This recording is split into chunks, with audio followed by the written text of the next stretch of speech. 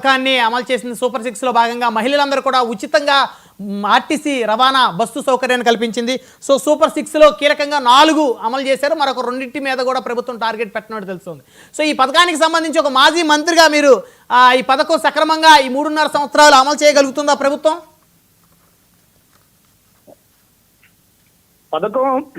పథకం అయితే మంచి పథకమే. మొదట కర్ణాటక కాంగ్రెస్ గవర్నమెంట్ ఇంప్లిమెంట్ చేసింది, తర్వాత తెలంగాణ గవర్నమెంట్ ఇంప్లిమెంట్ చేస్తుంది. ప్రస్తుతం ఇప్పుడు ఆంధ్రప్రదేశ్ ప్రభుత్వం ఇప్పుడు ఈ ఉచిత బస్ స్త్రీలకు ప్రయాణ సౌకర్యం కల్పించడానికి చాలా మంచి పథకం. ఈ పథకాన్ని చిత్తశుద్ధితో అమలు చేస్తారని చెప్పేసి నేను భావిస్తున్నాను. భవిష్యత్తులో ఈ పల్లె వెలుగు బస్సులే కాకుండా వేరే బస్సులు, అంటే కాస్త మంచి బస్సులు, ఎక్స్ప్రెస్లు కానీ లేదు మంచి, అంటే ఇప్పుడు ప్రస్తుతం ఆర్డినరీ ఎక్స్ప్రెస్లకు ఇచ్చారు. ఈ ఆర్డినరీ ఎక్స్ప్రెస్లు కాకుండా సూపర్ ఎక్స్ప్రెస్ కూడా ఇస్తే బాగుంటుంది అనేది నా ఉద్దేశం. సరే, ఇప్పుడున్న ఆర్థిక పరిస్థితులను బట్టి వెంటనే ఎక్కువ వ్యయాన్ని భరించలేదు ప్రభుత్వం. నిదానంగా ఆర్థిక వనరులు ఇంప్రూవ్ అయిన తర్వాత ఈ పథకాన్ని మరింత విస్తృతంగా అమలు చేస్తుందని చెప్పేసి నేను ఆశిస్తున్నాను.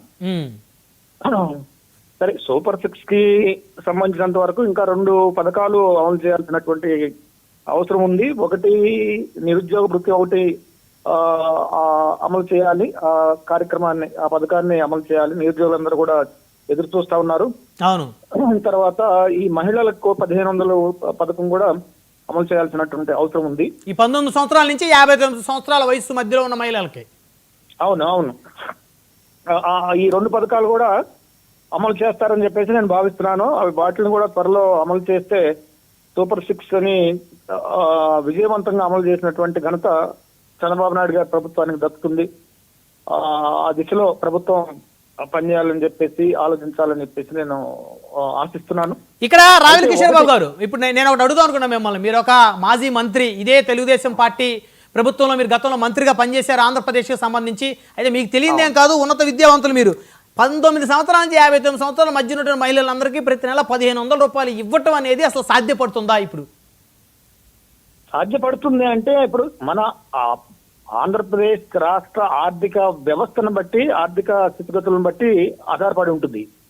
మనకి ఇప్పుడున్న పరిస్థితుల్లో పోలవరం పూర్తి చేసుకోవాలి, రాజధాని నిర్మాణం చేయాలి, రాయలసీమకు నీళ్లు ఇవ్వాలి, ఈ అభివృద్ధి కార్యక్రమాలకి చాలా వనరులు అవసరం, నిధులు అవసరం.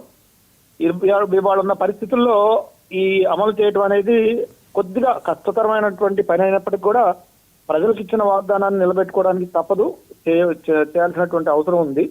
ఆర్థిక వనరుల్ని మెరుగుపరుచుకోవటంలో ఈ యొక్క విజయం అనేది ఆధారపడి ఉంటుంది. ఇప్పుడు ఆర్థిక వనరుల్ని మనం మెరుగుపరుచుకోవాలంటే కేవలం అప్పుల మీద ఆధారపడకుండా మనకి అంతర్గతంగా వచ్చేటువంటి వనరులు ఏవైతే ఉన్నాయో, జిఎస్టీ కానీ, లేదు మద్యం మీద కానీ, ఇతరత్ర కమర్షియల్ ట్యాక్సెస్ కానీ, ఇవన్నీ కూడా, వీటిని రిజిస్ట్రేషన్ ఛార్జెస్ కానీ, ఎక్సైజ్, అదే నేను చెప్పినట్లు కమర్షియల్ ట్యాక్సెస్, ఎక్సైజ్, రిజిస్ట్రేషన్, ఇలాంటి డిపార్ట్మెంట్ల నుంచి ఎక్కువగా మనం వనరుల్ని మెరుగుపరుచుకోవాలి. వనరులు మెరుగుపడాలంటే అభివృద్ధి మాత్రం శరవేగంతో ముందుకెళ్ళాలి. ఇప్పుడు చంద్రబాబు నాయుడు గారి మీద ఉన్నటువంటి భారం ఏంటంటే అభివృద్ధిని, సంక్షేమాన్ని, ఈ రెండింటి మధ్య సమతుల్యత సాధించాలి. అభివృద్ధి లేకుండా కేవలం సంక్షేమం మీదే ఆధారపడితే జగన్మోహన్ రెడ్డి గారి లాగా విఫలం అవుతారు. వనరులు మెరుగుపరచుకోకుండా సంక్షేమానికి నిధులు ఖర్చు పెట్టాలంటే అది అయ్యే పని కాదు. ఇప్పుడు సంపద కూడా సృష్టించడమే కీలకమైనటువంటి వారి లక్ష్యంగా చెప్తున్నారు కదా సార్. సంపద సృష్టి జరుగుతున్నట్లు మీకు ఏమైనా అనిపిస్తుందా? ఎందుకంటే మీకు చాలా అనుభవం ఉంది కాబట్టి. సంపద సృష్టి అంటే ఇప్పుడున్న ప్రపంచవ్యాప్తంగా అప్పుడు ఆర్థిక మాంద్యం నడుస్తుంది.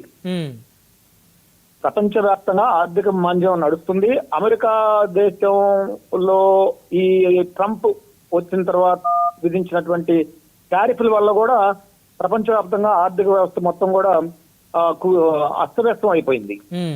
అనిశ్చిత పరిస్థితి నెలకొంది. తద్వారా ఇప్పుడు ఐటీ రంగంలో కూడా లే ఆఫ్స్ మొదలైనాయి.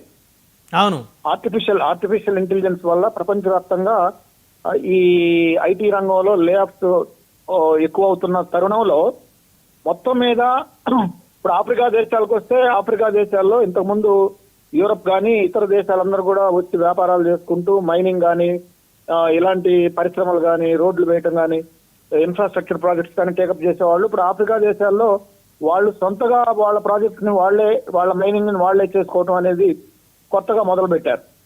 దాంతో యూరప్ లో ఉన్నటువంటి కొన్ని దేశాల ఆర్థిక వ్యవస్థలు మొత్తం కూడా అస్తవ్యస్తం, ముఖ్యంగా ఫ్రాన్స్ లాంటి దేశాలు. ఈ విధంగా ప్రపంచవ్యాప్తంగా ఒక రకమైనటువంటి ఆర్థిక మాంద్యం నెలకొంది. అది భారతదేశం మీద పడుతుంది. భారతదేశం మీద పడుతుంది కాబట్టి ఆటోమేటిక్ గా ఆంధ్రప్రదేశ్ మీద కూడా దాని ప్రభావం ఉంటుంది. అందువల్లే మనకు ఇప్పుడు ఇవాళ రియల్ ఎస్టేట్ మొత్తం కూడా ఆంధ్రప్రదేశ్ లో పాటు ఇతర రాష్ట్రాల్లో కూడా రియల్ ఎస్టేట్ వ్యాపార రంగం చాలా డౌన్ ట్రెండ్ లో ఉంది. ఈ డౌన్ ట్రెండ్ లో ఉంటున్నటువంటి పూనా, బాంబే, తర్వాత హైదరాబాద్, ఢిల్లీ, బెంగళూరు, మద్రాస్ ఇలాంటి ఈ అన్ని సిటీల్లో కూడా రియల్ ఎస్టేట్ రంగంలో చాలా సంక్షోభం ఇప్పుడు నెలకొంది. దానికి కారణం ఆర్థిక మాంద్యం. ఐటీ రంగంలో వస్తున్నటువంటి మార్పులు, ఈ ప్రపంచవ్యాప్తంగా ట్రంప్ యొక్క ఆర్థిక విధానాలు, టారిఫ్స్ విధించడం కానీ, ఆఫ్రికా దేశాల్లో జరుగుతున్నటువంటి వాళ్ళ ఆర్థిక వ్యవస్థలో వాళ్లే మా ఆర్థిక వ్యవస్థలో మేమే పనిచేసుకుంటాం, మేమే వ్యాపారాలు చేసుకుంటాం, మేమే మా ఆర్థిక కార్యకలాపాలు నియంత్రించుకుంటాం, ఇతర దేశాల ప్రమేయం లేకుండా అనేటువంటి కొత్త విధానం వచ్చింది ఇప్పుడు. దాంతో ఉంది. ఇది ఒక పెద్ద పెను సవాలు. ఇలాంటి పరిస్థితుల్లో ఏటికి ఎదురీది చంద్రబాబు నాయుడు గారి యొక్క అనుభవం అంతా కూడా రంగరించి, ఆయన మేధస్సు అంతా కూడా స్థానబట్టి, ఆయనకు ఉన్నటువంటి మంచి పలుకుబడి గాని, గౌరవం, గుర్తింపు గాని వీటన్నిటిని వాడి సంపదను సృష్టించడంలో ఆయన విజయవంతం కావాలి. ఆయనకు అవకాశాలు ఉన్నాయి. చంద్రబాబు నాయుడు గారికి అవకాశాలు ఉన్నాయి. అదే కొత్తగా వచ్చినటువంటి ముఖ్యమంత్రులకి అంత అవకాశాలు ఉండవు. కానీ చంద్రబాబు నాయుడు గారికి ఉన్నటువంటి సుదీర్ఘమైన రాజకీయ చరిత్ర, 15 సంవత్సరాలు, ఇప్పుడు ఆల్రెడీ 16 సంవత్సరాలు ముఖ్యమంత్రిగా పనిచేశారు. పరిచయాలు ఉంటాయి, అనుభవం ఉంటుంది కాబట్టి ఆటోమేటిక్ గా పెట్టుబడులను ఆకర్షించేటువంటి అవకాశం ఆయనకి ఎక్కువగా ఉంటుంది. అంటే ఈ అననుకూల పరిస్థితుల్లో ఆర్థిక వ్యవస్థని గాడిలో పెట్టేటువంటి సామర్థ్యం గాని, సత్తా గాని ఆయనకి మెరుగ్గా ఉంటుంది. కాబట్టి ఇది చంద్రబాబు నాయుడు గారి ముందున్నటువంటి ఒక పెద్ద పెను సవాలు, ఆయన ముందున్నటువంటి ఒక పెద్ద సమస్య. సో ఆయన అధిగమించగలుగుతాడనే నమ్మకం ఉంది మీకు? ఈ ప్రభుత్వం అధిగమించగలుగుతుంది ఈ సవాలని ఈ 3.5 సంవత్సరాల్లో? అధిగమించాల్సిందే. ఇది ఇప్పుడు చంద్రబాబు నాయుడు గారు ఇలాంటి ఈ పరిస్థితులన్నింటిని కూడా ఎదుర్కొని ముందుకు వెళ్లాల్సిందే, తప్పదు. ఆయనకి అవకాశాలు ఉన్నాయి. ఎందుకంటే ఆయనకు ఉన్నటువంటి అనుభవం గాని, పట్టుదల, కృషి, ఆయనకు ఉన్నటువంటి దూరదృష్టి ఇవన్నిటిని దృష్టిలో పెట్టుకుంటే ఆయన విజయవంతం అవడానికి అవకాశాలు ఉన్నాయి.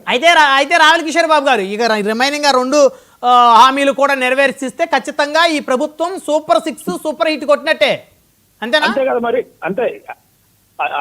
అయితే ఇక్కడ ఉన్న సమస్య ఏంటంటే, కేవలం సూపర్ 6 ని విజయవంతం చేసుకుని సంక్షేమానికి వేల కోట్లు ఖర్చు పెట్టడం అనేది ఒక ఎత్తు అయితే, సంపదను సృష్టించి మిగులు సంపదని సంక్షేమానికి ఖర్చు పెట్టడం అనేది అది పెద్ద సమస్య. లేకపోతే అప్పులు తీసుకొచ్చి మనం ఎంతకాలం ఈ విధంగా సంక్షేమ పథకాలకి ఖర్చు పెట్టుకుంటూ పోతాం. ఆర్థిక వ్యవస్థ మొత్తం కూడా దీర్ఘకాలికలో ఇప్పుడు బాగానే ఉంటుంది. అవును, భవిష్యత్తులో ఈ ఇంపాక్ట్ భవిష్యత్తులో పడుతుంది. పర్ క్యాపిటా అప్ అంటాం, తలసరి అప్ అంటాం. ఒక్కొక్క వ్యక్తి మీద ఇంత అప్పు అని చెప్పేసి ఉంటుంది. అది ఆ భారం కనుక పెరిగితే